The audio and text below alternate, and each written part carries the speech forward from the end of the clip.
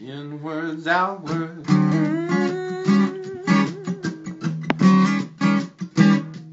Inwards, outwards. All right, we'll see. Oh, do you see me? Yeah, all right, good. All right, good. You hear everything? Good. A lot of people. Who's new here? Oh, there's 2 people, 3 people. All right, good. So it's a 5-minute thing. So you get up here and you sing, you dance, you swear, you do anything you want to do. Hang like this. I do that every now and then. And you'll hear this if it's too long. And if your name is Travis, you ignore it. Okay? He did I liked his skit last time. We have about 12, 13 people. We had a couple of cancellations, so it's not too bad. But if you're really feeling it and she rings the bell, go ahead. Don't worry about it. No. If she rings it a second time, you got to get off. All right. And the theme this week is surprise. You don't have to use it, but if you do, it's all the better. And I'm the surprise, yes. Okay.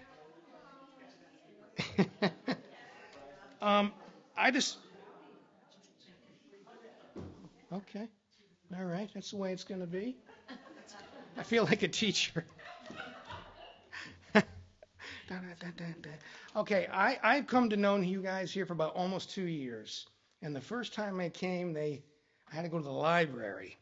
And I met Denise, and we were moving big old chairs. And I thought this is where they were going to meet all the time. I had no idea. You guys were, going online for a while, and then you were at different spots. And I was taken back. I really was. I didn't know what to expect. I didn't know what to expect. But I was really taken back, mostly by your guys. I can't really say this word too well. Camaraderie. All right, there we go. Camaraderie. Yeah, I'm not good with aluminum either, but we'll fake it for now. All right, so the list is, like I said, short and a surprise. And our first guest is no stranger from up here. He's an ad exec from Brooklyn, New York. Paul. I'll butcher your name. Come on up. Solid. This is a prop. I may use it, and you may all use it at some point. It's part of the surprise.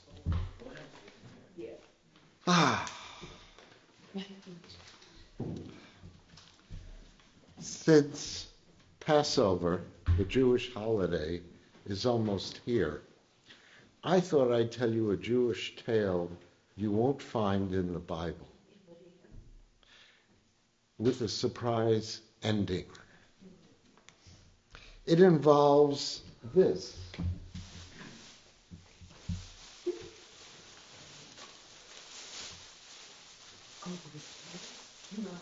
Matzah.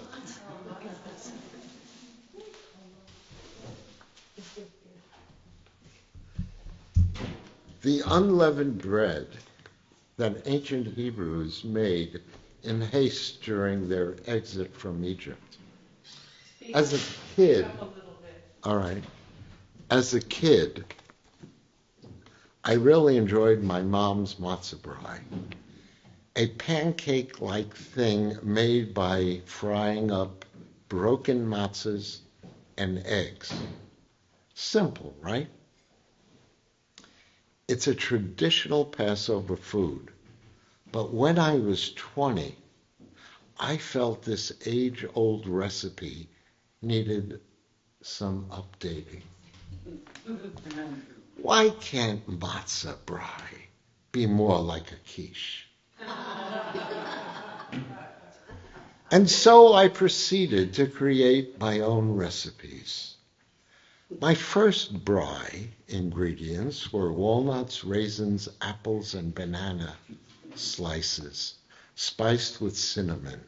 It was almost 2 inches thick and 10 inches in diameter. I served it with a dollop of yogurt and maple syrup. Eventually, everyone in my family was making it their way. My brother's family, my sister's family, And of course, my kids loved it. And one more thing. We didn't wait for Passover to enjoy it. It was our weekend braai. Eventually, as with quiches, my braai emerged with different ingredients for different meal times.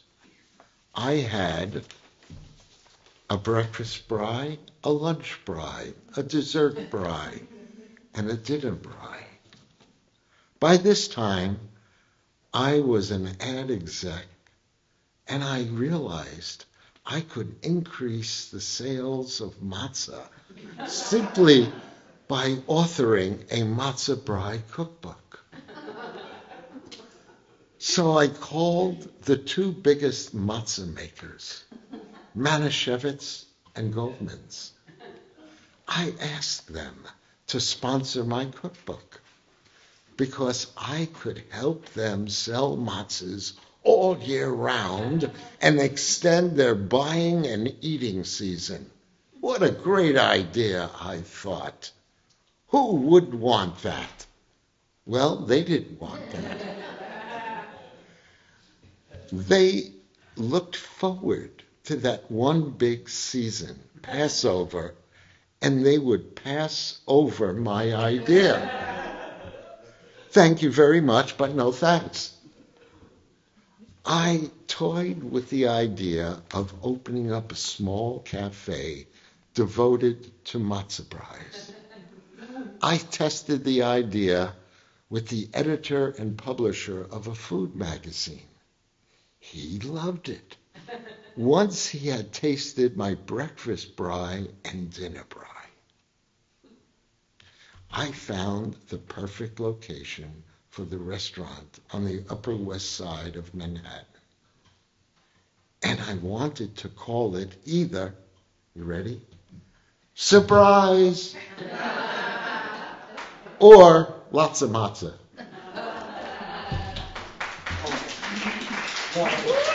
Now, the walls would be painted like matzahs. Okay.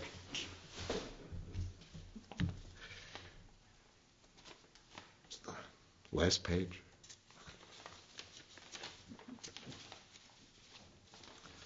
I was gung-ho.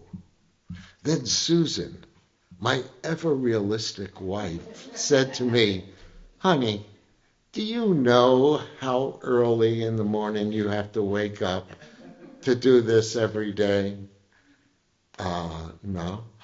"Do you have any idea how much prep work you'll need?" "Well, what about this? What about that?" She was thorough, and I was through. Thank goodness. And thank Goodman's. I hung up my apron. Postscript. Over the years, others have heard about my recipes through word of mouth. Yum, yum. And every once in a while, the major matzah companies now include a recipe in the box. But it's never anything like mine.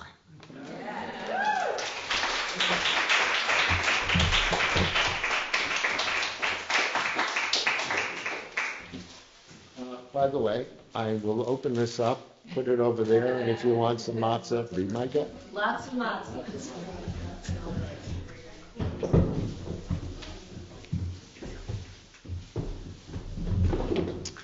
Well, I think he was kidding about the surprise. He was always lots of matzah. Okay, I'll pick it up a little bit for you. Okay. So our next participant, I guess we should say. And I'm terrible with last names, guys, so, bear.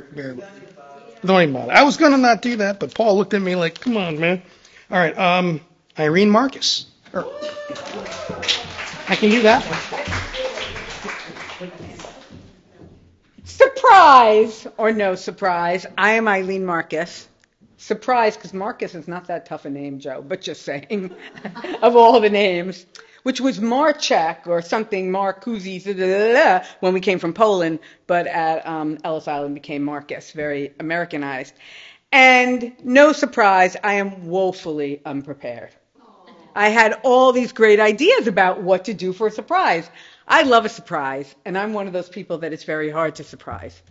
And I found out that it is no surprise that you would find me here. September will be 5 years that I have been part of this IWOW community. 5 years of IWOW. No surprise, because you are such a wonderful community. And Deb's thoughts and ideas and why she brought us together lives on. It is a surprise that I'm wearing a long velvet skirt with a slit.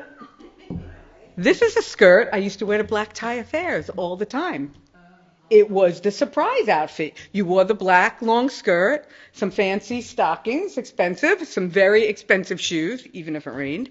And then you put on a beautiful black top and then a statement necklace. It's not that different in the Berkshires, no surprise. That's how we dress. But this was my city, black tie skirt, and I decided, where am I going? I'm going to IWOW. Put on the black tie skirt. No surprise. It is also no surprise that I'm wearing a necklace my daughter gave me. Actually, it is a surprise. I look at it every day in the drawer and I feel guilty. And being guilty is not a surprise for a Jewish girl, I always feel guilty. But today I said, okay, I'm going to put it on.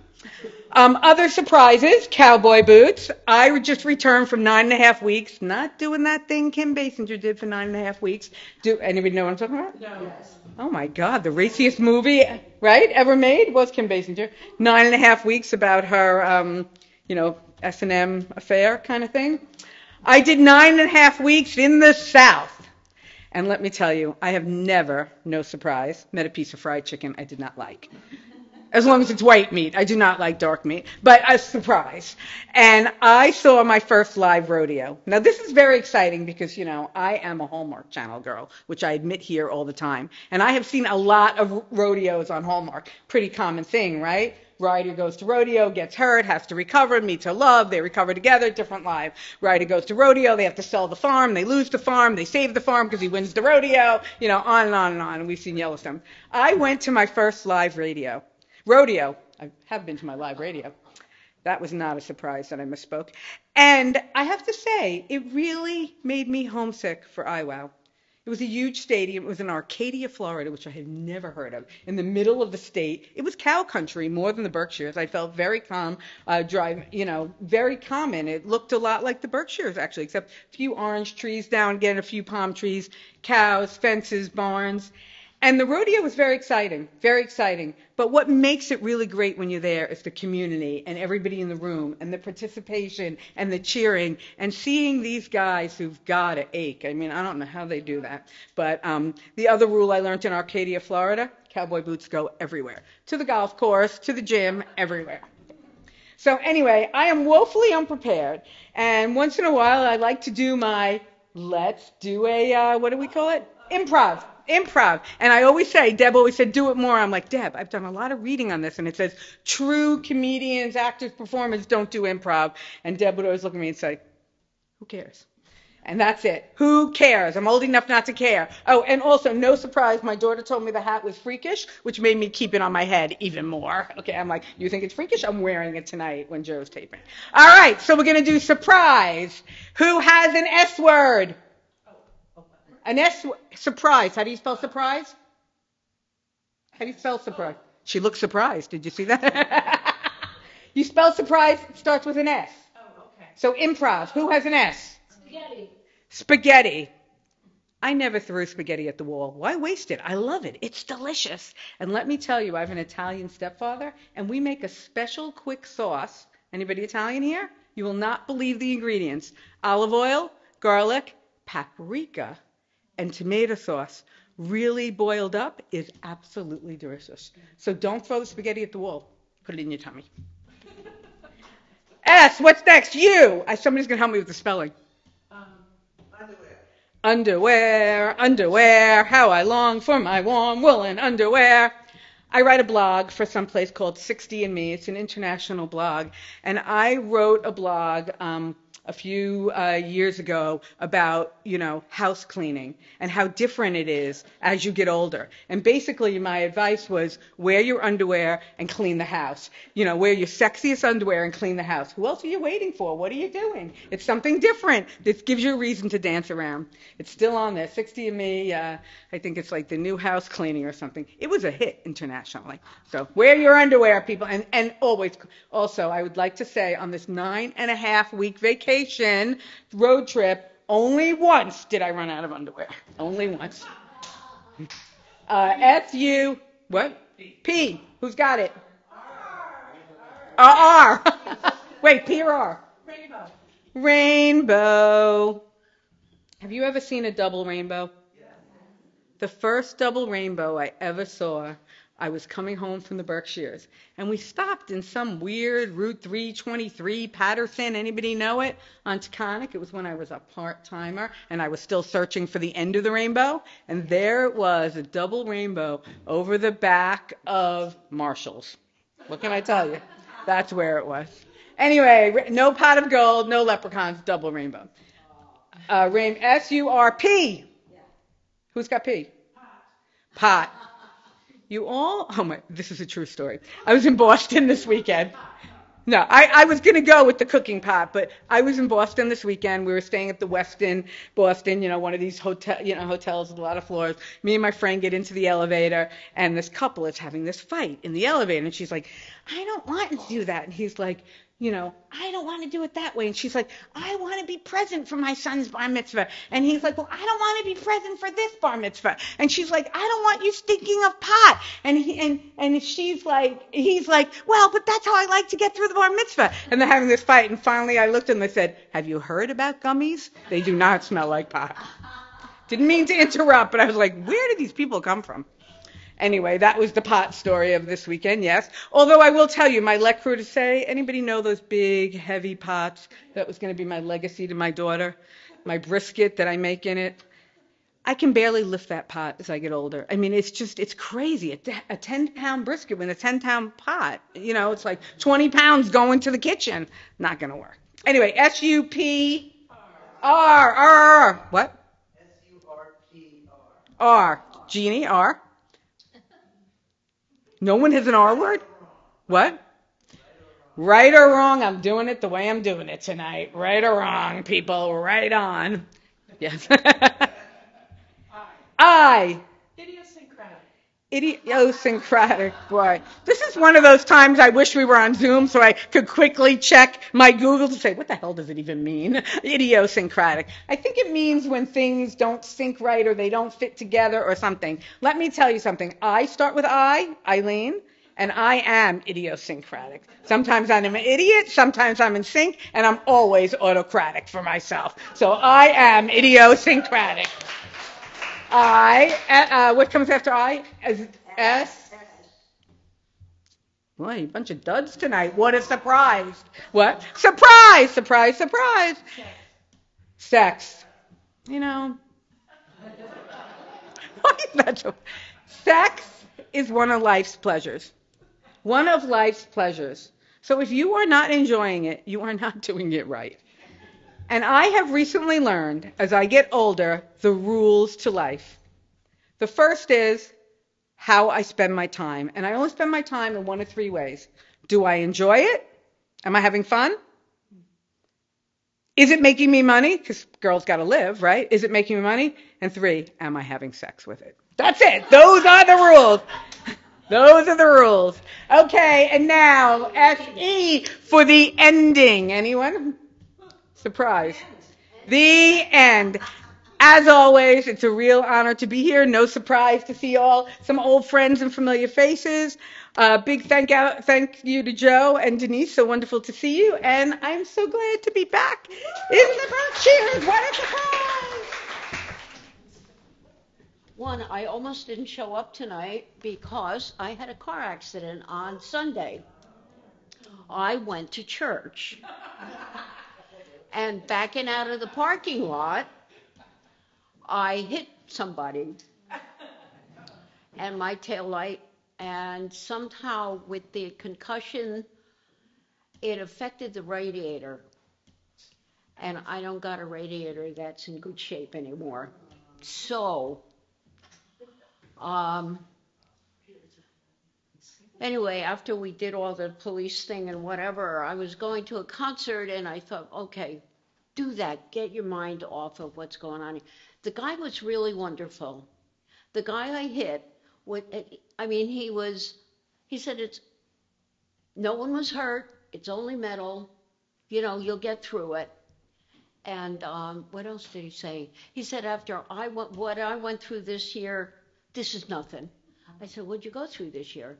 He said he lost his wife.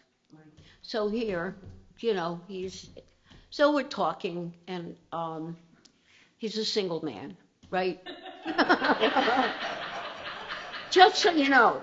So I go to the concert, and I tell them what happened, and that he was really lovely.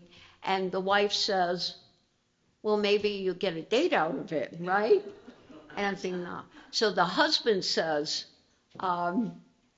we have a new idea here. It's called demolition derby dating.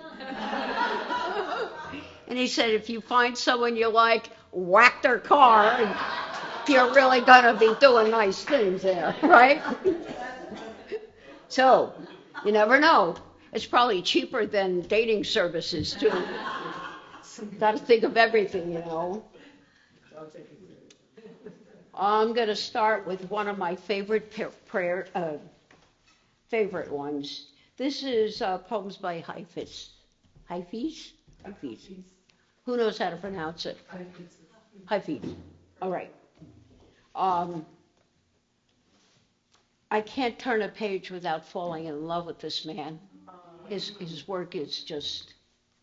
But this one really gets me. Your mother and my mother, and I hope I do it justice. Fear is the cheapest room in the house. I would like to see you living in better conditions. For your mother and my mother were friends. I know the innkeeper in this part of the universe. Get some rest tonight. Come to my verse again tomorrow. We'll go speak to the friend together. I should not make any promises right now, but I know for you, I know if you pray somewhere in this world, something good will happen. God wants to see more love and playfulness in your eyes, for that is your greatest witness to him. Your soul and my soul once sat together in the beloved's womb playing footsies. Your heart and my heart are very, very old friends. So, talk about falling in love. Can I read another one? This is cool. Okay. Stop calling me a pregnant woman. My master once entered a phase where whenever I would see him, he would say, Hafiz, how did you ever become a pregnant woman? And I would have replied, Dear Attar, you must be speaking the truth, but all of what you say is mystery to me. Many months passed by in his beloved company. One day I lost my patience, having hearing the old refrain, and blurted out, Stop calling me a pregnant woman. And Attar replied, Someday, my sweet Hafiz, all the nonsense in your brain will dry up like a stagnant pool of water beneath the sun. Though if you want to know the truth, I can so clearly see that God has made love with you, and the whole universe is germinating inside your belly.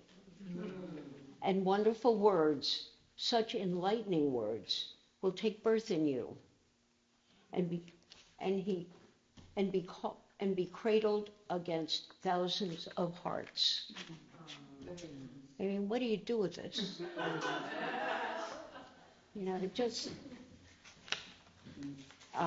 All the talents of God. All the talents of God are within you. How could this be otherwise when your soul derived from his genes. I love that expression. All the talents of God are within you. Sometimes Hafiz cannot help but to applaud certain words that rise from the depths, like the scent of a lover's body. Hold this book close to your heart, for it contains wonderful secrets.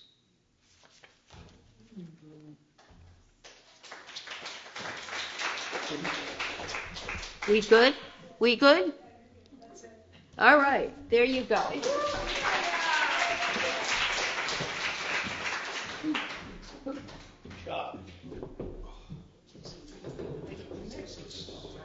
Mr. Selly? Is she here? Frankie? Urselli? Oh, yeah. No Frankie? All right, and Ted's not here either, right? Yeah. So we're going right to you, Jenny. Jenny Clark, performance art. So you need... Nice. Actually, this is not a surprise. You have it, you're holding it in your hand. But I've come up with a different way of approaching it. And when I give you the nod, I'd love for you to sing with me. But that's at the end.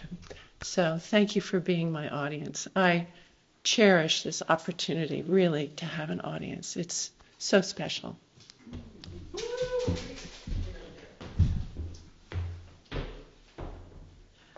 And I borrowed this from the great Mark Kelso. Oh, okay. I think it was like ours. Right. So it's got a little of his magic in it.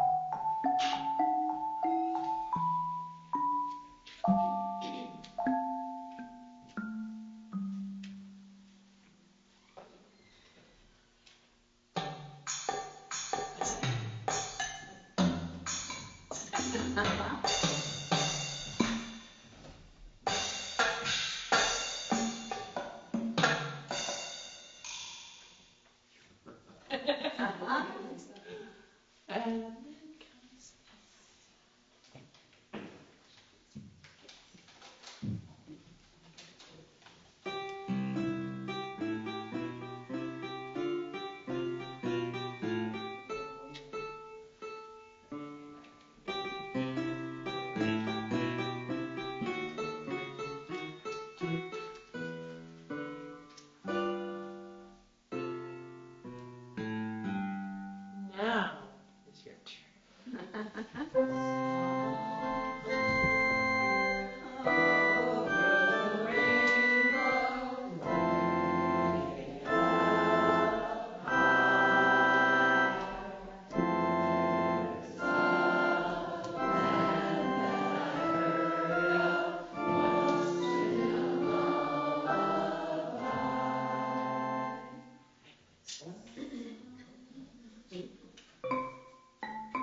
Okay. Yeah.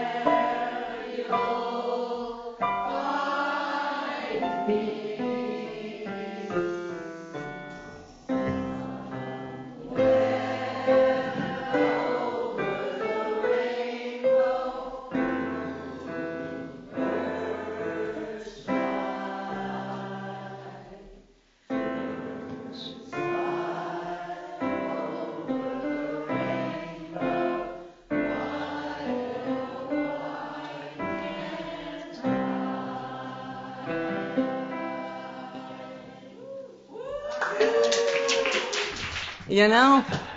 But they missed Paul. Okay, for short people, can you hear me?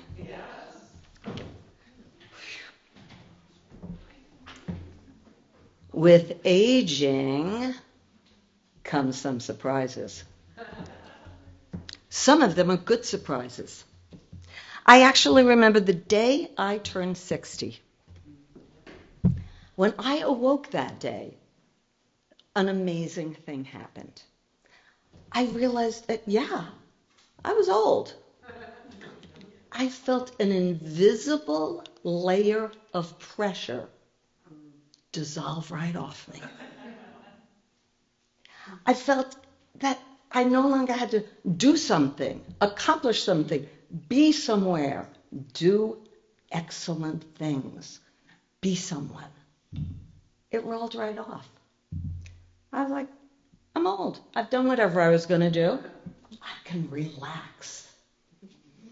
It must have been something, it felt like a boot on my back was lifted. I thought about it, my dad, a little bit of be something, accomplish something. It was over. He was gone, and I was free. So my 60s were really fun. I did what I wanted, accomplished things I wanted to do with a lot less stress. But before I knew it, I was speeding towards 70. Like Thelma and Louise, going right to the Grand Canyon. I was like, 70, that's big. You can't pretend you're young anymore.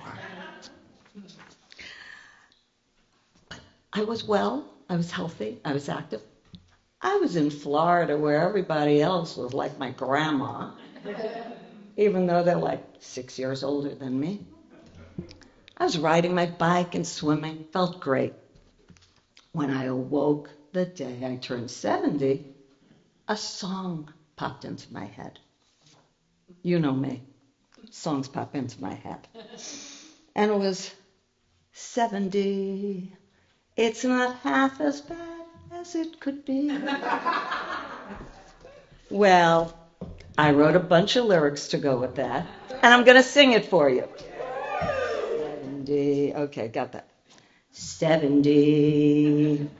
Now that doesn't sound that old to me. Well, there's still a kid inside of me. 70 came suddenly. 70. It's more fun than I thought it could be. Keep some friends around who are 80. And you'll always be the baby. Although I'm shrinking fast and I have to dye my hair, luckily I am at the point where I really do not care. Suddenly, no hair's growing where it used to be.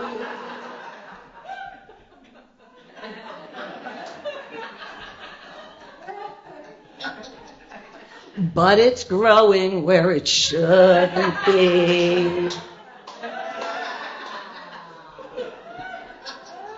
It's just such fun to be 70. Why we have to age, I'm no sage, but this I know. Growing old with friends is the only way to go. 70. It's not half as bad as it could be. I've got all of you surrounding me. I'm all grown up. I'm 70.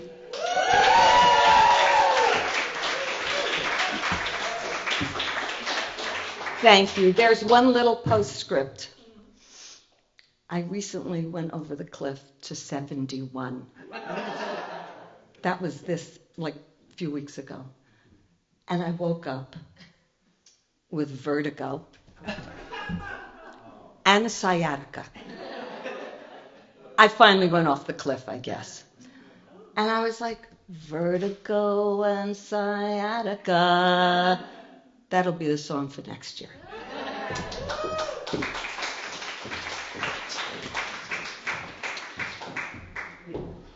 Oh, she could sing too. That was really good.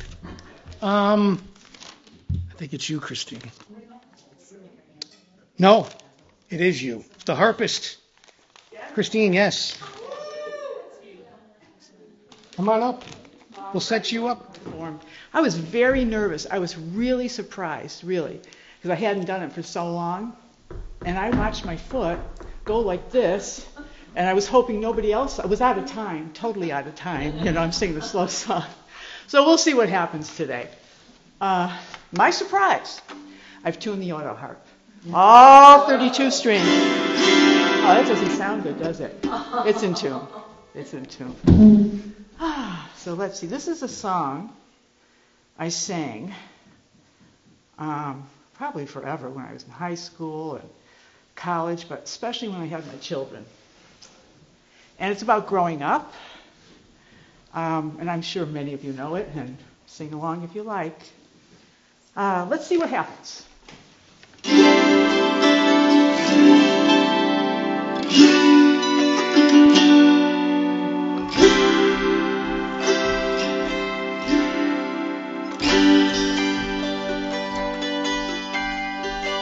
Yesterday, a child went out to wander, caught a dragonfly inside a jar.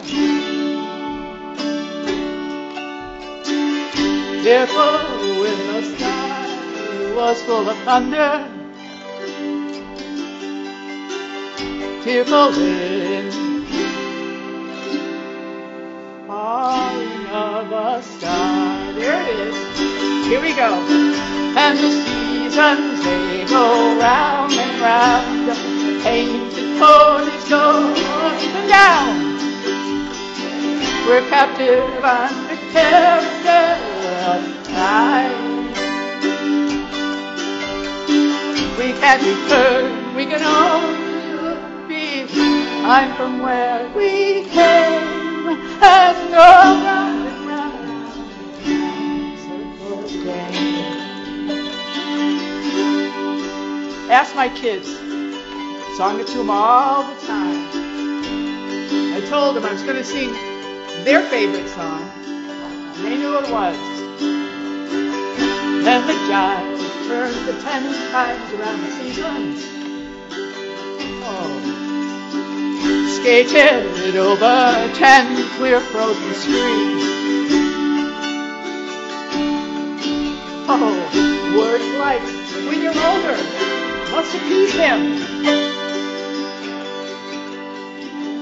Promises will someday make us win.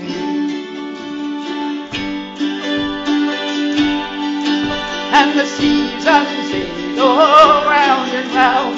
Painted ponies go up and down. We're captive on a careful time. We can't return, we can only look behind from where we came and go round and round. And we go round and round. We do.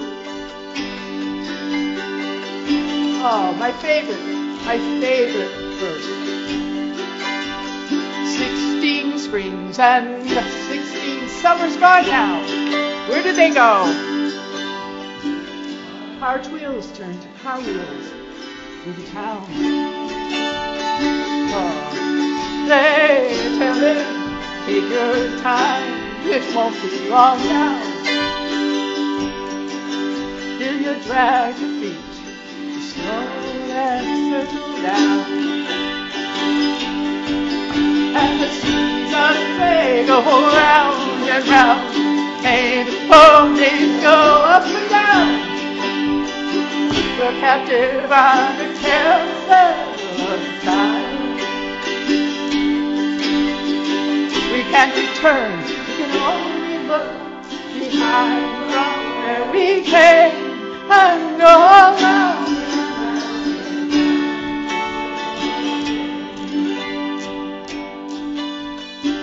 Now the child is fast approaching 20. Oh, his dreams have lost some grandeur come true. Oh, yes, there'll be new dreams, maybe better dreams and plenty. Before this last year of and the seasons, they go round and round. Hey, the ponies go up and down. We're captive on the carousel. We can't return, we can only look behind from where we came and go back. One more time, let's sing it. Oh yeah, the simple game. And the seasons go round and round. Hey, the ponies go up and down. We're captured on the carousel of time. We can't return, we can only look behind from where we came and go round and round, round and round the circle.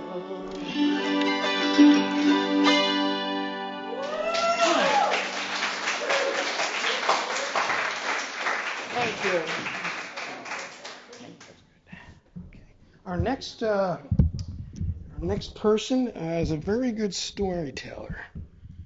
I heard her once when we had a storytelling episode, and she talked about Delta, was it?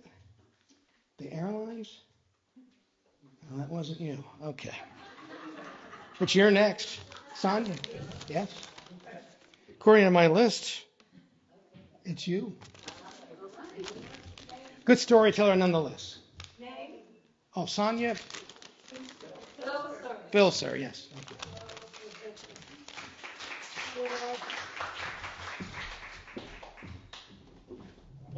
Oops.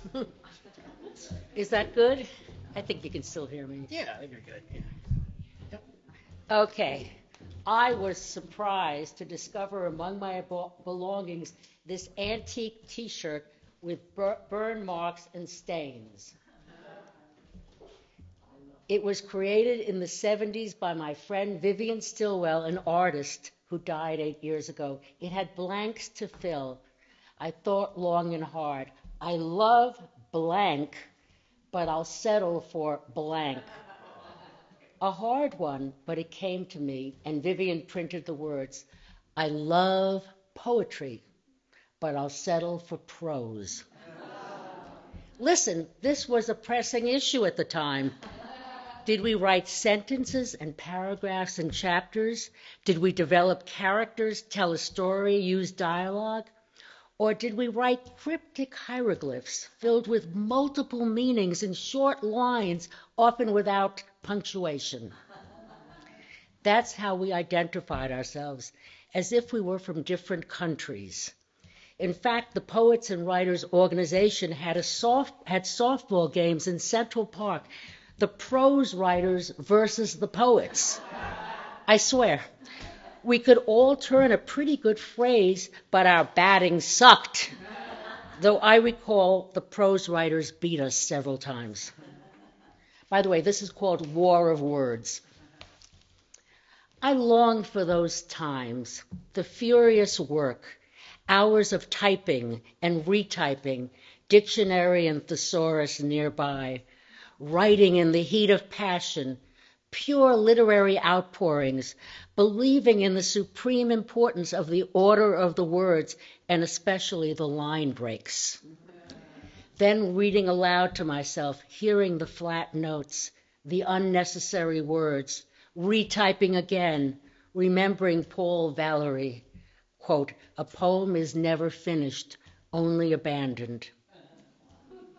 I woke up early every morning to write for 4 hours, as one of my poetry mentors insisted. I was very serious and very ambitious. I didn't know if I had talent, but I had a lot of determination. Finally, I would send out my poems to magazines large and minuscule. I kept the carbon copies. The New Yorker was always the first one to be returned with my own handwriting on the stamped, self-addressed envelope. Even when one's poem was accepted in a small magazine, awaiting the publication was excruciating. So we gave readings. I'm not talking about the hallowed Poetry Center of the 92nd Street Y. Ours were open mics, like this. Occasionally we were a featured writer. And oh, the venues. There were churches, coffee houses with filthy toilets, bookstores. My friend, the poet Victoria Sullivan, poet laureate of WDST in Woodstock, and I ran a weekly series called Poets at the Book Gallery, a bookstore on West 72nd Street. On a typical Tuesday evening, the back room of the Only Child on West 79th Street was filled. We women wore high boots with heels, short skirts, and our long hair parted in the center. There were strange-looking young men with horny expressions. They ate you with their eyes.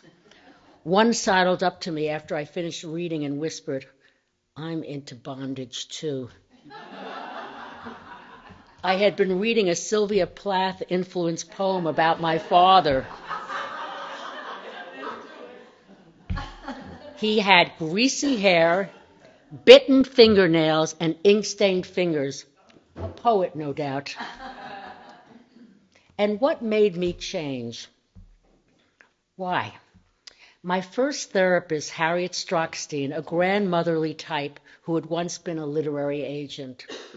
When I told her I had invited the poetry editor of the New Yorker to my featured reading at the Rosebud, which was in the basement of the Universalist Church on 76th Street, she looked at me sadly. "That's not going to happen." I burst into tears. "If you want a market for your work, you're going to have to write a novel." "Prose?" I spat out the word. "But poetry is a secret language, a way to go deep. What about Dylan Thomas?" She cut me off. "If you want an audience, you have to write fiction." Philistine, I said to myself. But I heard her, and it changed my life. Thank you.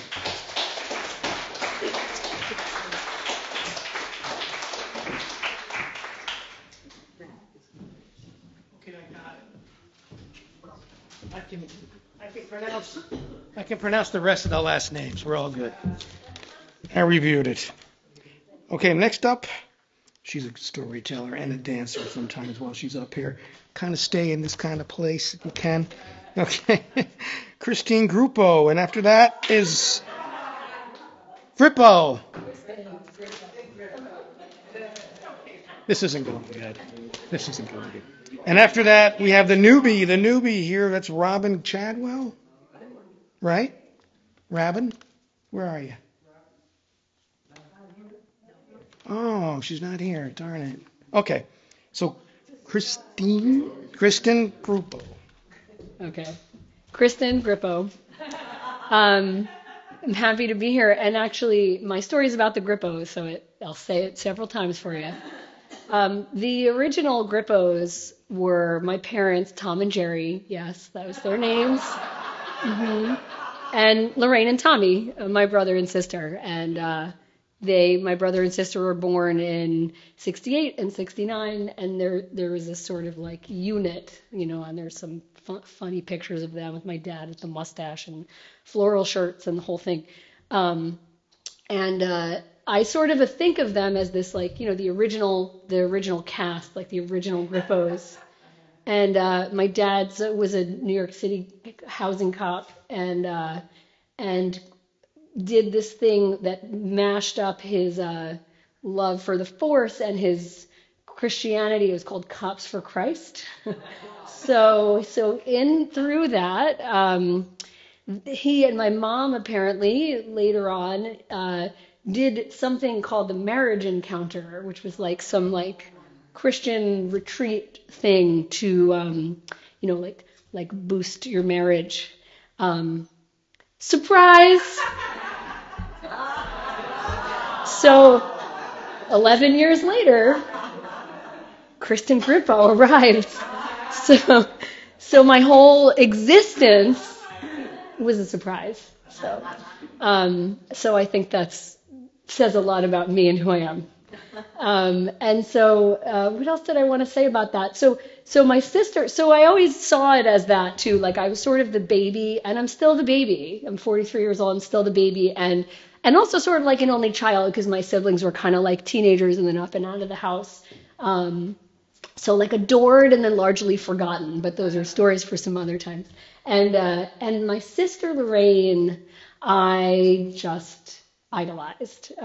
She was a cheerleader, but like not mean, you know. She was like cool and popular and had like frosted lipstick and all the best, coolest friends. And she and my brother would have like wild, because they were just a year apart in school, so they would have like wild parties, and there would be like little me just running around in the backyard, you know, being the entertainment. And I modeled myself after Lorraine. She's the reason I'm a teacher. She was a teacher. I was in her classrooms at a young age, and I would look. I remember staring at her picture because her smile was so perfect to me. And I had huge buck teeth and then braces. And I, for many years, wouldn't even smile with my mouth open. And I remember the day, this is funny, I wasn't even going to share this, but I remember this one day, like, nobody was around, and I, like, studied Lorraine's picture and then went in the bathroom and, like, very, very carefully tried with the teeth, and I thought, hey, it's like not that bad. It was huge, which was like a big deal. And so this, she lives in New Jersey, and runs a preschool and is like super dynamic and doing 100 things at once. And we're friends, and I love her, of course. And this Easter weekend was so awesome because I got to host a big chunk of my family in my new place in Hoosie, just up the road. And it's great because there's enough room. And it was also great because Lorraine did most of the planning and most of the work, as she does. So I love to cook, and so does she. But so all like a couple weeks leading up, we were like, okay, like who's going to get the ham, who's going to do the. But mostly I knew like she was going to take care of all of it, which is perfect. And so she did. And so the weekend before Easter, I was at Guido's, and we wanted to have some cheese for appetizers. And there's this. Do you know that Chase Home Farm is a local company, and they make this brie. It's called Nimbus, and it's like it is like butter. Like it is the most dreamy thing. So I'm there, and I'm like, I know it's expensive, but I gotta grab this. My sister will love it, so I throw it in the cart. And then she actually a few minutes later she calls because she's at her farmer's market, which she like runs because that's who she is. She knows everyone. She knows all the vendors, and I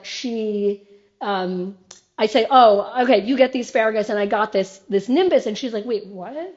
And I'm like, yeah, I got this cheese. Wait, you're going to die. Like, wait. And she's like, there's this new vendor at the market, and I just put aside this Nimbus for Easter. So she and I, probably at like the same time even, like had chosen the same friggin' cheese. So it was funny and perfect, and I was also glad because it saved me like $15.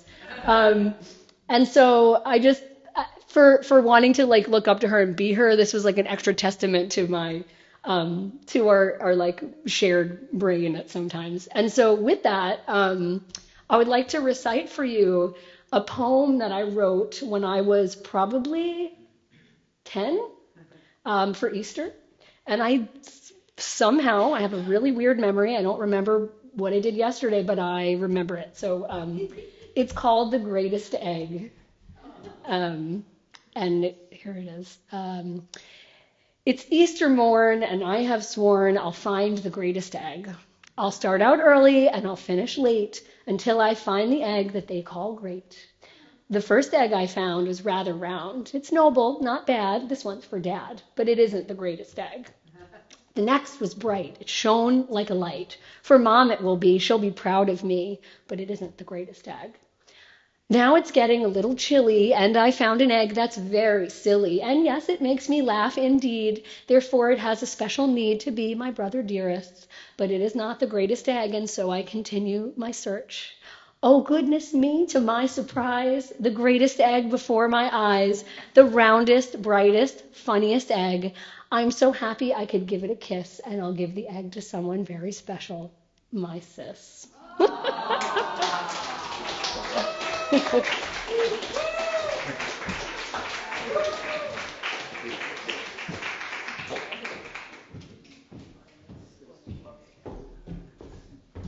You're a poet. Okay, the next one person needs no introduction. Or maybe a little one. Jamie Bassis, and she will be singing what today? A song? Okay. Okay. I'm not going to be here for a little while. I don't know how long. A month or 2 or 3, I'm not sure. Because I'm about to have, next week, a total shoulder replacement. Reverse replacement. So, I'll be out of commission for a little while. So, I don't know. Doing a million things, checking things off the list, checking things off the list, checking things off the list.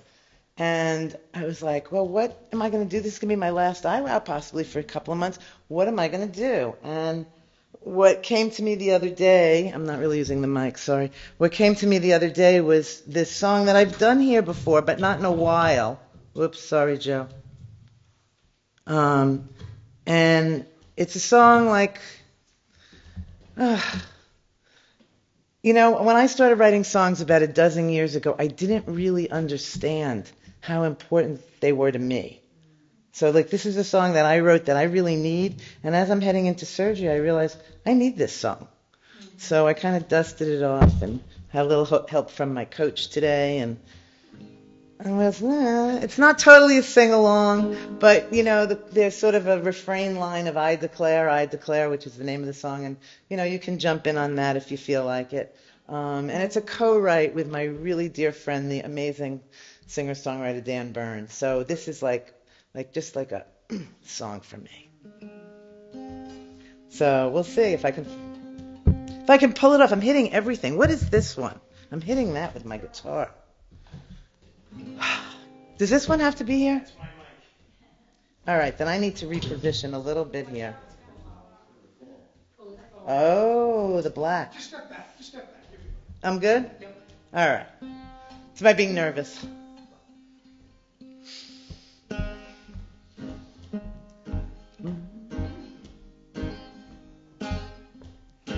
I declare who I am ain't way back when or over there. Old beliefs cast aside, I'm ready for the ride. I declare, it's your part. I declare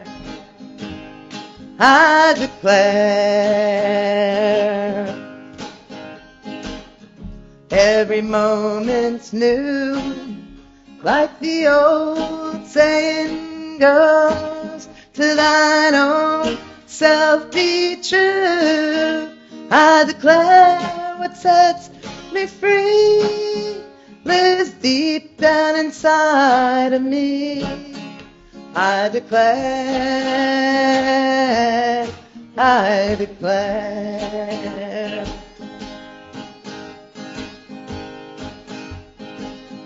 I tell you what, it's like this.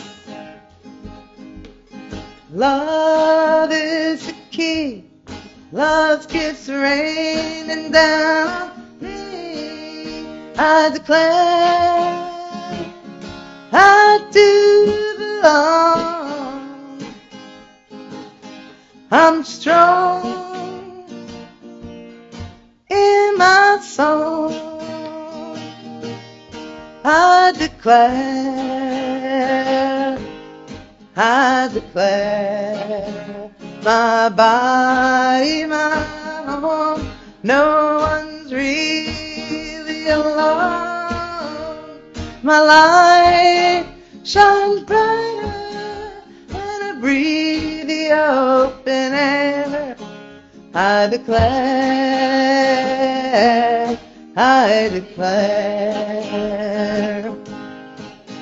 my light shines brighter when I breathe the Berkshire air. I declare.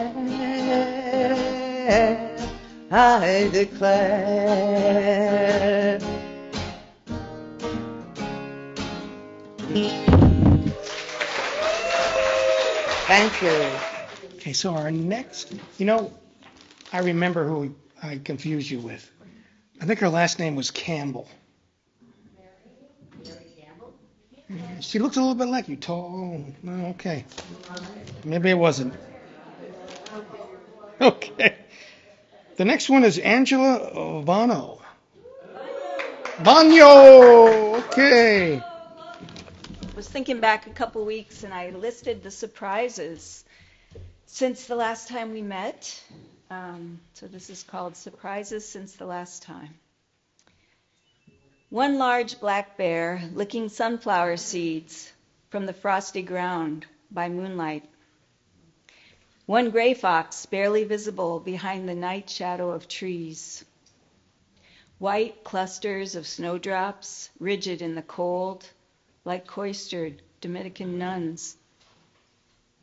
Daffodil announcements, first growth of pale ovals, ova encased in green, opening slowly, in secret, on the sunny side of the house.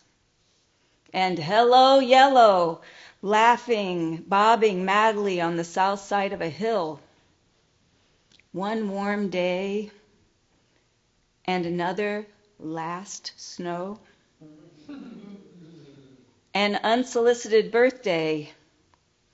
The reaction of trees in 45-mile-an-hour winds. Lost limbs. My daughter sends a beautiful bag stamped with purple irises from the Memorial Hall of the Victims of the Nanking Massacre, 1932. An old friend, environmentalist, sends yellow ginkgo-leaved print pajamas, outsourced from China. One half-popped kernel in that last bowl of popcorn I gleefully gorged on, then one chipped molar, and 2 large dentist bills. One sleepy wasp down from a recess in our attic, deep beneath the duvet on my bed. One stinger in my ankle at midnight. I scream, throw the covers back, jump out of bed, my beloved still snoring. Remembering baking soda paste. And the first time my daughter cried uncontrollably before I knew a single stinger remedy. And how our new kitten's mouth foamed after eating his first and last brown wasp. I'm a grandmother now. Bright coltsfoot in gullies, near neon purple crocuses send up their sails on the choppy sea of brown yards. Maroon tips of skunk cabbage, like half-buried helmets of medieval crusaders by the side of the road, awaiting black bear. The first year memorial mass for my oldest sister in our hometown church where we used to kneel to pray. A bridge falling down. The brave spears of daffodils heaving a table of dead leaves under the tight-tipped lilac bush. Easter Sunday. A large golden wrapped box of chocolates, but not one child nearby. Rabbits hopping one over the other, robins in fluttery embrace. Hail, then daffodil choirs singing loud again. The one 2, 3, or sometimes 4 bold, cherry red baubles of male cardinals who wait for my meager ration of seeds on the lone rock till the last light of lengthening day, like clockwork. And again, full blooming daffodils, luminous sprays, graffiti against a stone wall. Somebody I don't know, but I'm sure a lot of you people do. Her name is Ellen Russo. Yeah. Oh, Miss Russo. Okay. I remember. You gonna sit or stand? Stand. Okay. That should be good. All right. I'm gonna move me over because I'm missing you guys. All right.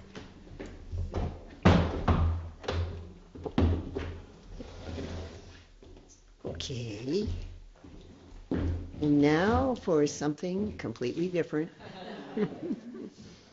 This is an essay that came out some years ago, but that I've been working on for some years. In this publication that had to do with masculinity. So it's called Curtains for the Jeep. I've had to learn to love men, to enjoy and appreciate them. I started out terrified of men, and here I need to honor my father. Daddy was raised in Europe, the only living son in a family of 4 sisters, which set him up to take off, never to return, at an early age, cross oceans, explore other continents, and to deal with what I will call the guilt by writing home constantly and sending money. So finding himself at the age of 60 plus married for the first time to a woman 20 years younger with a baby daughter in a rather isolated rural American community, he settled once more into a life surrounded by females. For the rest of his life, he used alcohol in dealing with his anger and depression. Anger and depression which often frightened his wife and daughter, even though he also showed affection and pride in his family. I'm sure it's no coincidence that I have found myself several times in relationship with men who grew up surrounded by sisters. One friend, I'll call him Dan, learned early not to tell anyone when he hurt himself. As he expressed it, if I wanted to ride my bike in the dark, to feel the wind in my hair, and I fell and got hurt, why would I tell anyone? He learned that masculine energy, the joy in movement and action, climbing and jumping, riding your bike fast for pleasure, got no understanding, only exasperated disapproval in the world of women around him with the question, Dan, why? Another friend, Joe, says it's politically incorrect to be a guy, to love sex and women and pleasure, to love looking at women and to take pleasure in activity with other men, which might involve outdoor sports, driving anything with a motor and fixing whatever breaks down, making and building things, or hunting and fishing. Some of these pleasures can be about pursuit, hunting or the dating game, bringing home a trophy, or pride in the skills involved, whether in the woods or in the bedroom, and about the implications of wildness and the pleasure in wildness, in being undomesticated, problematic in domestic situations. Some of these pursuits are about the pleasures of noise, motion, and speed, and some are about the pleasures of skill and creation. But it's masculine sexuality that is greeted with the most repressive and confusing messages. I was once babysitting for a group of small kids, and as their parents were returning, one little boy, maybe 2 years old, hugged another little boy. His father immediately cracked a joke about homosexuality. Disapproval for sexually perceived behavior starts so early. Does a baby boy cry too much? The vulnerability of a baby boy or a 2-year-old or a 6-year-old will be more than a father can tolerate who has himself been forced to hide his own vulnerabilities. Tears, fears, and affectionate behaviors are all squashed in boys, if not at home, definitely in school. And while, quote, good behavior is defined as quiet and self-contained, masculine behavior tends to be more active, putting boys in a real double bind.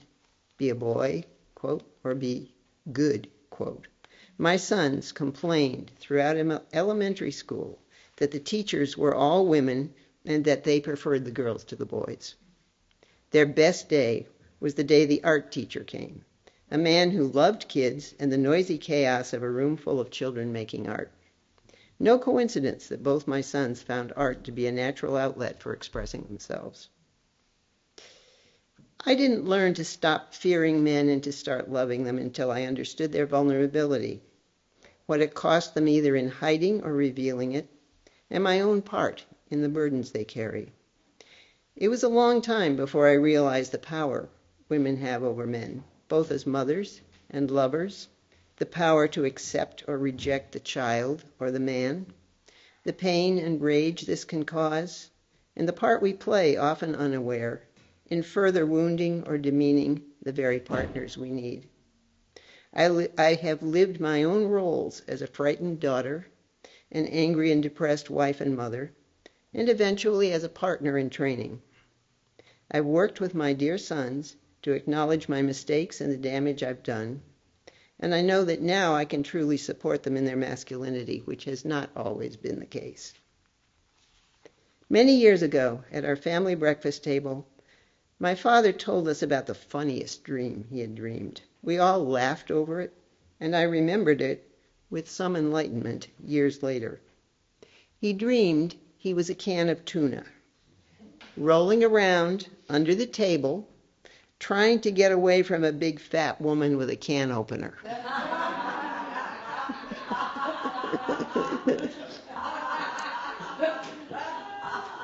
What a strong image of contained and compressed life force, in flight and in danger from the power of the woman.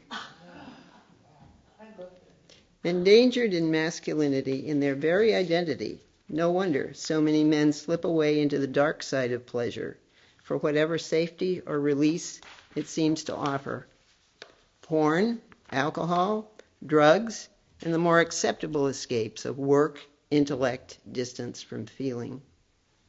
Sports, news, and weather, as one friend describes, the only range available to so many men. In this context, breaking into the world of feelings and relationship can only be understood as an act of great courage. I've learned to love the, quote, bad boys, those high testosterone men of great vitality, faced with judgments and disapproval. Joe is one of these. Manic depressive, alcoholic, irrepressibly sexual, lively, funny, and tormented by his belief of being on God's shit list, thanks to early church experiences. Raised among sisters, and like so many men, the son of an absent and alcoholic dad, Joe dreamed that his mother was installing curtains in his beloved Jeep. That was a surprise. All right, so next up is, I think it's Travis. Are you here, Travis? I thought I saw you walk in the door. Yep. There you are. All right. Travis Lusk, everybody.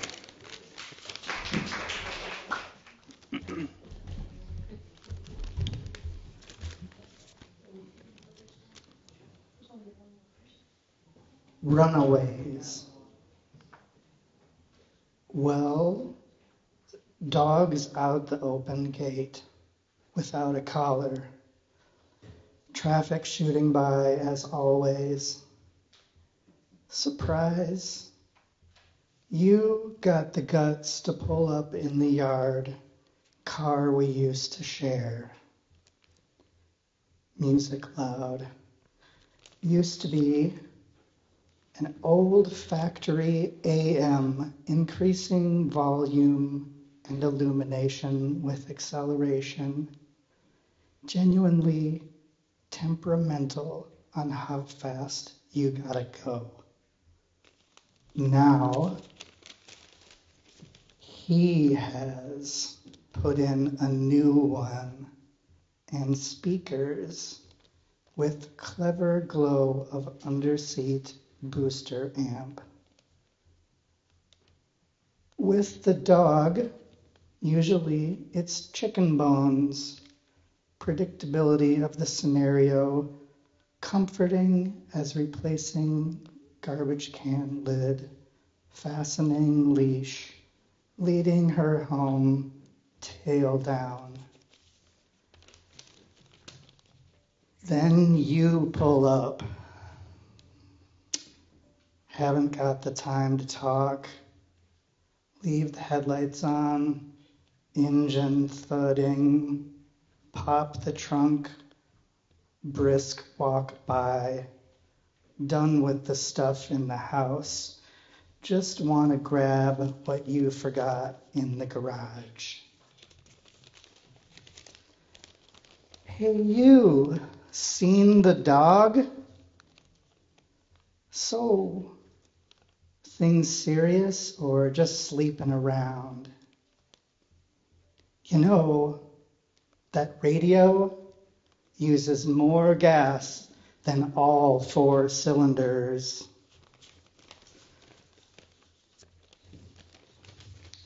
Leaves, papery crush under my socks in the yard, in sweatpants because who cares?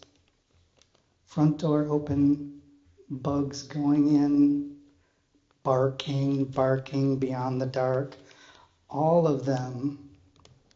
All the dogs are free on the same night. They planned it. Then suddenly, you're here. See, heard about these studies. They give them different food, different toys, show them cat videos. All they really ever learn about dogs is dogs want to be with other dogs. They don't just jump the fence for garbage. They find each other and run. I just got a love letter. It says, Roz, next, go all. Hi, Susan. It's nice to see people who have returned from away. Is this the right mic? Okay. What a sweet group. So Denise just said that I could sing this song. I wasn't expecting to, but I'm going to just tell you briefly where it came from, and that I was with someone who I loved dearly, and the person, their energy was just like they were like this, and it was hard to be with that person, and I wanted that person to be like this, and I made up a song for the person. And really that person, right, is me. I mean, it wasn't me in that moment, but it is me. And the song has gone through different variations. And I really wish I had a backup band because it sounds so much better. But here we go. Let's see, and I just want to...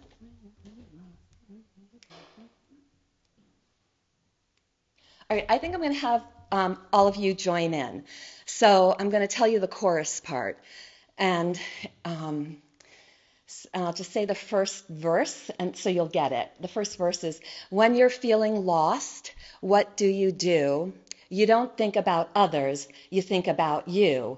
And then you'll go, you think about you. Okay? So I'll say, when you're feeling lost, what do? You don't think about others, you think about you. You think about you. You think about you. Okay, can we get that a little like, okay. When you're feeling lost, what do? You don't think about others. You think about you. You think about you. You think about you. Okay, great. You've got it. That was easy. Now I have to just remember all my lyrics. All right, so the song is called Think About You. Oh, heart beating.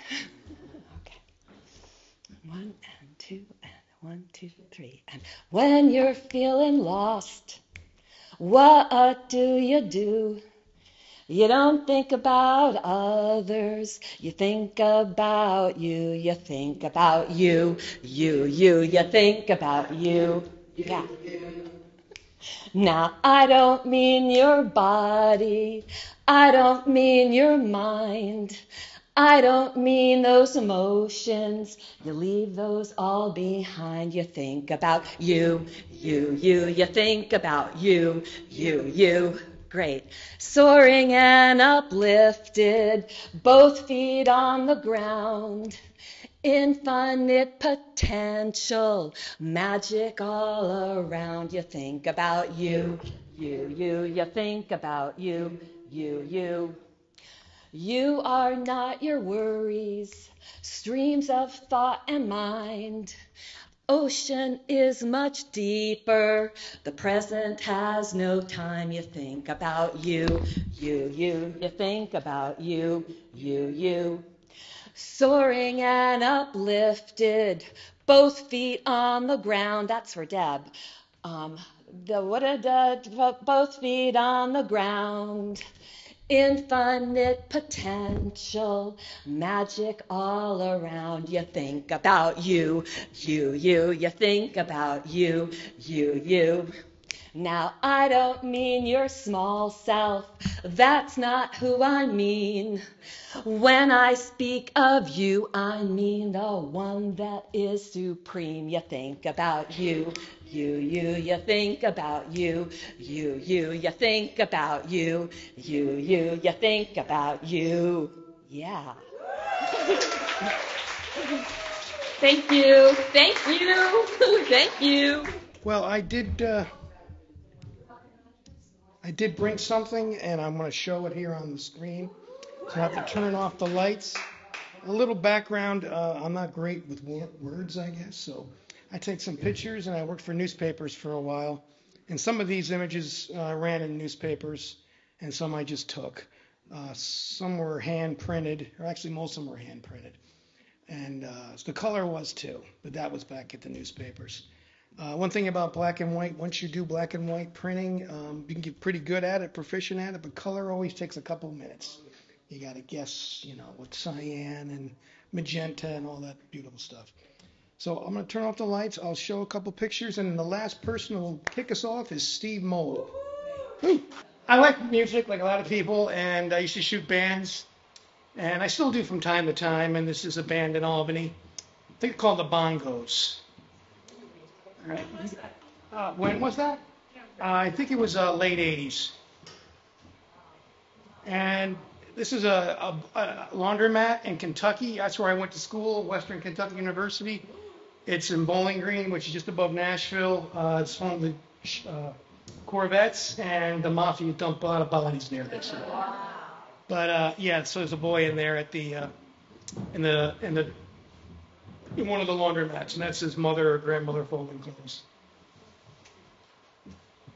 You want to focus on that? Yeah. This is a bunch of kids. You know how they all get on a string and they cross the road? Well, I kind of followed them, and then she was showing them a bird or something, and I like that picture. Yeah, that's taken in I think early 90s too. Okay, next. When you shoot black and white, a lot of times you're looking for light to drop out on you. So I see like, okay, so I'm looking for shapes, and then when I went to college for journalism, they always tell you to get people. So you always try to look for somebody walking in. It's amazing how the white light is creating another stairway. Oh yeah. Okay. Kentucky? That was in Kentucky too, yep. Yeah, this is a comedian. I think I found him in Albany. You might want to, can I focus here or not? Sure he's not a politician? Yeah, yeah. I forgot his name. Naturally, I would forget, but he was kind of funny and he did a great, he always making faces, so he made a perfect one right there. This is Nigel. He was a artist himself, well, mostly a painter, but he liked to pose, and I thought he had some nice lines in his face. Yes, that's better. Bring it down. Bring it down. There you go. All right. Yeah, yeah. All right. Now, I might get arrested for this one now, but I was shooting something out of high school, and I saw this girl in the class. I had to shoot something, and I saw this girl, and I said, man, she's pretty photogenic. So I said, hey, can we go out with you and a friend and take some pictures? And we did, and this is kind of hard to see because it's black and white, and I had to redo it, but there's a little more texture in it. But it was some kind of like by the ocean in Santa Cruz, some kind of like what do you call it, like a log formation or something. So I had her get in that. Her name is Lara. Yeah. And this is for a newspaper in Oregon.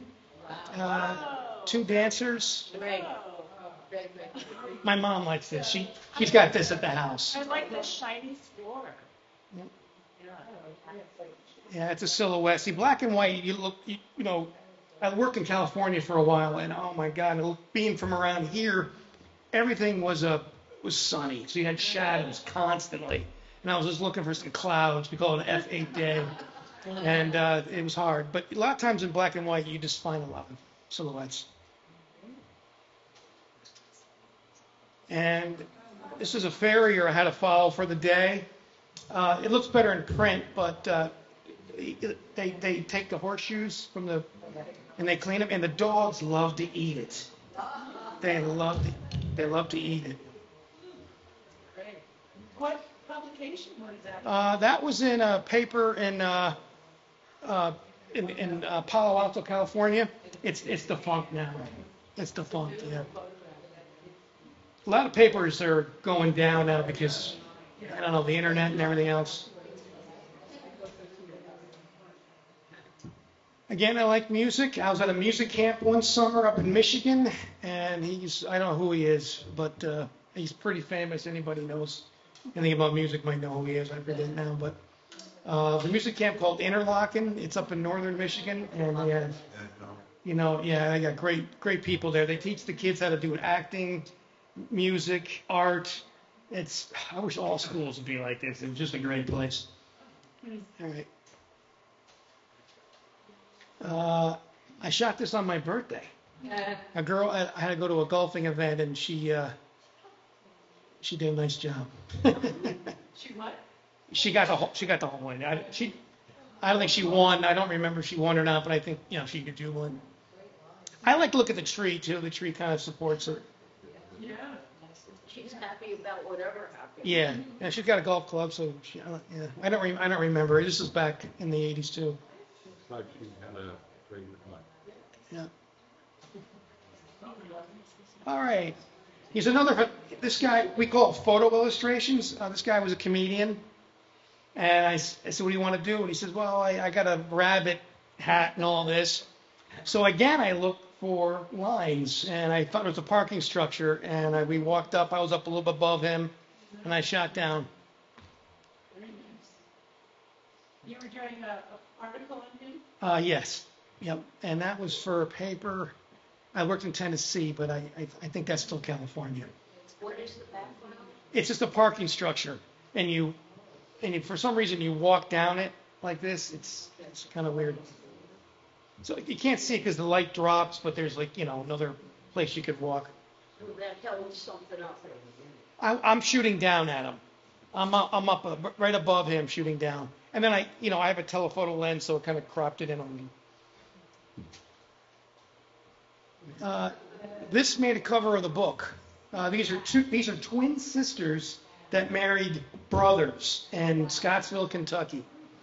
I saw them out there. I know, and I get out there and I say, hey, can I take your picture? And I got them in with the laundry. And, yeah, I wish I remember their names. What state? That was in Scottsville, Kentucky. Scottsville, yep.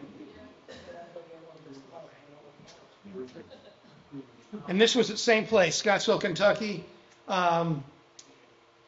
So these kids were sitting on a bench, and then I just noticed this kid's little teeth, and I said, come on out here a little bit. And give me a smile. And I didn't have to tell him anything about his hands or nothing. He just went like that, and I went, boom. Yeah. All right. Yes, yeah, that was published. That was in a book, the book we made. Yeah, photo book. This is in San Francisco.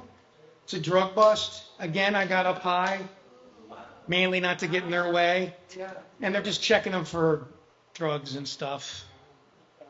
This was in East Palo Alto. And this did run in the Chronicle, not big, but it ran like a little picture. I was always trying to get up in the Chronicle. That wasn't going to happen. Yeah, that ran in the Chronicle. But all right, this is at the airport and the family.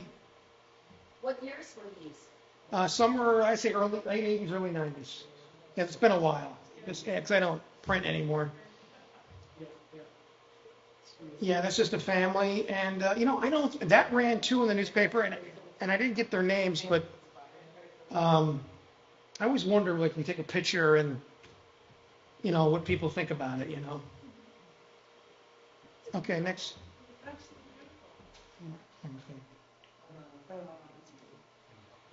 That was at another sporting event. I just grabbed a quick one. It's I think she's a golfer. Probably the same day as the golfer because she's got a golf scoring sheet in her hand. Yeah. Mm-hmm. So she's probably graduating the winner. Oh, okay, that repeated. All right, sometimes this was a quarry accident in Los Gatos, and so I'm going home and I see a bunch of cars go, police, fire engine, everything go right by me, and I'm like, what's going on? So I follow it and I get into the quarry, and this guy he was bleeding pretty good. What's the accident?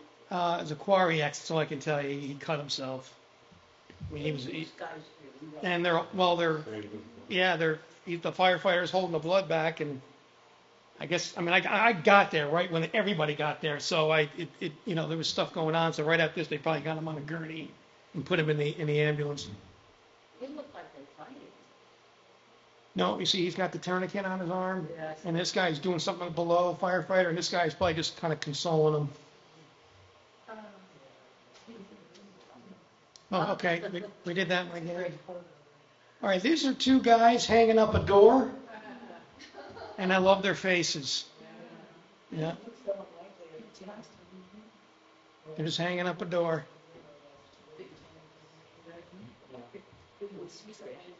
But what kind of article? I don't think that ran in an article. There's a kid, he was dancing, and he got to the right light, and I snapped it off, and that's what I kind of like about black and white. And the color, you would need a lot of good color to pull that off, but in black and white, you can just use the light, And this is one of the weeklies I worked for in Los Gatos. I did a little more photo expose on her, but I just showed you the cover. She was teaching kids how to dance, and she was a cheerleader for the San Francisco 49ers. And that's like in '89, yep, right there. And this was a paper in Oregon, and I had these two girls, I took some lights, and I had them keep jumping because they were dancers, and they used poles. And I had them keep doing that until I got a shot. They're pretty cool.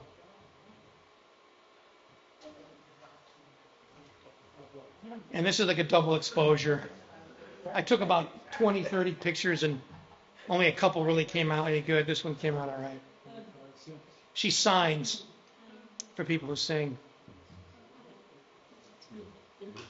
I think we're almost. Oh, yeah, another Frisbee. Yeah, and that was in Oregon. You see my name on the bottom there. It's Gazette. And I think we're almost done. Oh, here's another one. Yeah. Oh, I did. I shot a lot of fashion for there, but I didn't show any of those. But that was a special issue. But I look at it. Look when it says June. I thought it said January. Yeah, go ahead. I thought that was January. I'm like, when I was in California, I was there for like 3 years. It was like I didn't see rain for like the first like 8 months. They were in a drought that year, and it was just like I couldn't get over the weather. It was just like, my God, these people. I think weather keeps you together because people who live in great weather, they're so whatever. to me. But these are two artists, musicians, and I just brought them out to a farm. We called up, I think that was a sawdust hill. I don't know what they were using it for.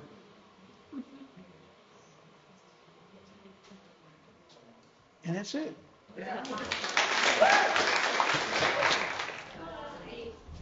So when I turned 50, where are we?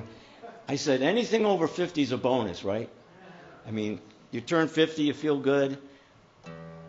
So I started a scrapbook, and I got a scrapbook from Walmart, wherever it was, and on the front is the who's the artist down here? With the dog and the car going, on vacation or something. Norman Rockwell picture. So I started filling that book up with all my Jethro Tull tickets and everything, and I filled up 3 books. So I turned 50. Then when I turned 60, I goes, oh man, that's now what? But then you say, how old are you? You couldn't even write 60 years old because you couldn't believe it. You make a mistake and write 50. Then you turn 70 or 75, and but I just had a cousin that died. He passed away at 101. So if you're 70 or 75, there's still another lifetime up to 100. You got 30 more years. We got to fill it up somehow. So this is a song I wrote a while back. It's called Small Frustrations. And I really don't feel like that now because I have had my spirits lifted here.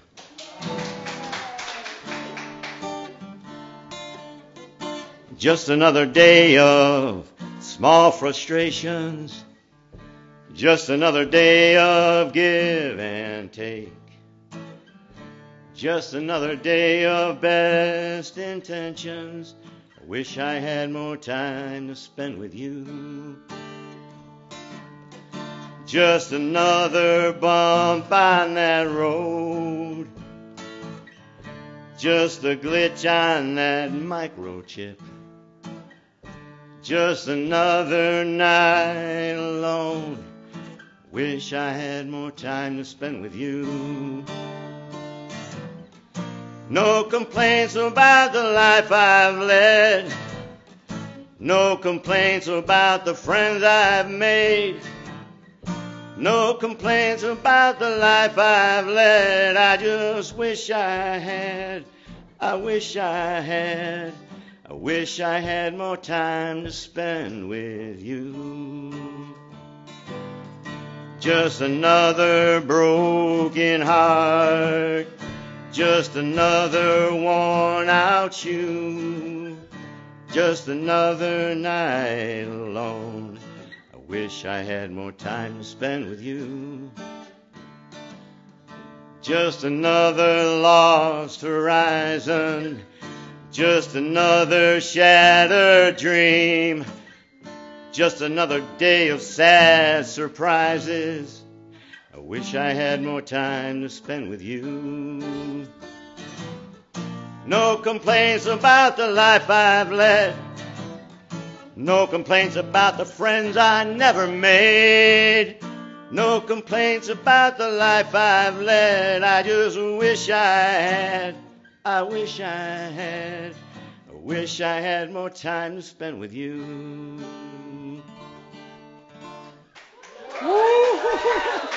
Oh, yeah. You want to do this? All right, you want to do a sing-along one? It's not really a happy one, but. So I'm playing, I play at different places, at, assisted living places, and I've been joking with the people. I said, wouldn't it be nice if James Taylor could come here and play to you people? They're going, yes, James Taylor. So I do know a James Taylor song. One. When you're down and troubled and you need some love and care, nothing is going right. Close your eyes and think of me. Soon I will be there, just to brighten up even your darkest night. You just call out my name, and you know wherever I am, I'll come running just to see you again. Winter, spring, summer, or fall, well, all you have to do is call, and I'll be there, yes I will. You've got a friend. When the sky above you should grow dark and full of clouds, and that cold north wind begins to blow,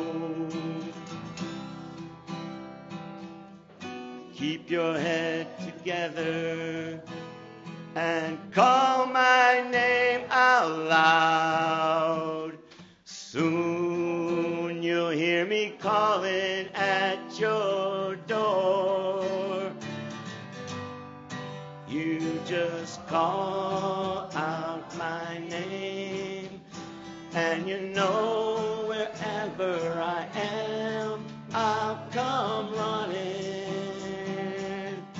to see you again.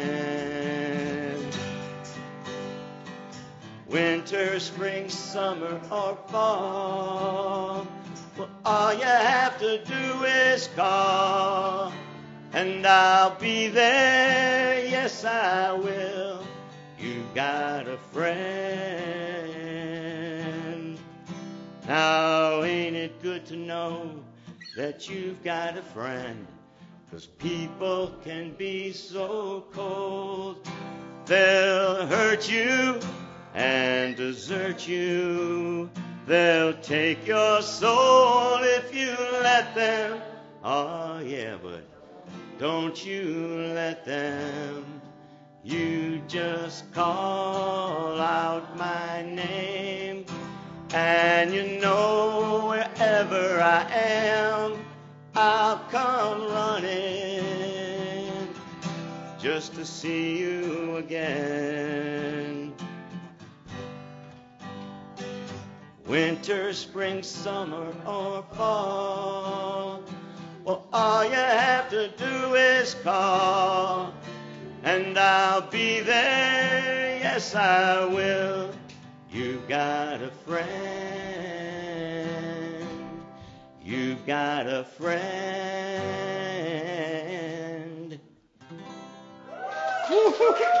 Thank you very much. Thank you for raising my spirits tonight.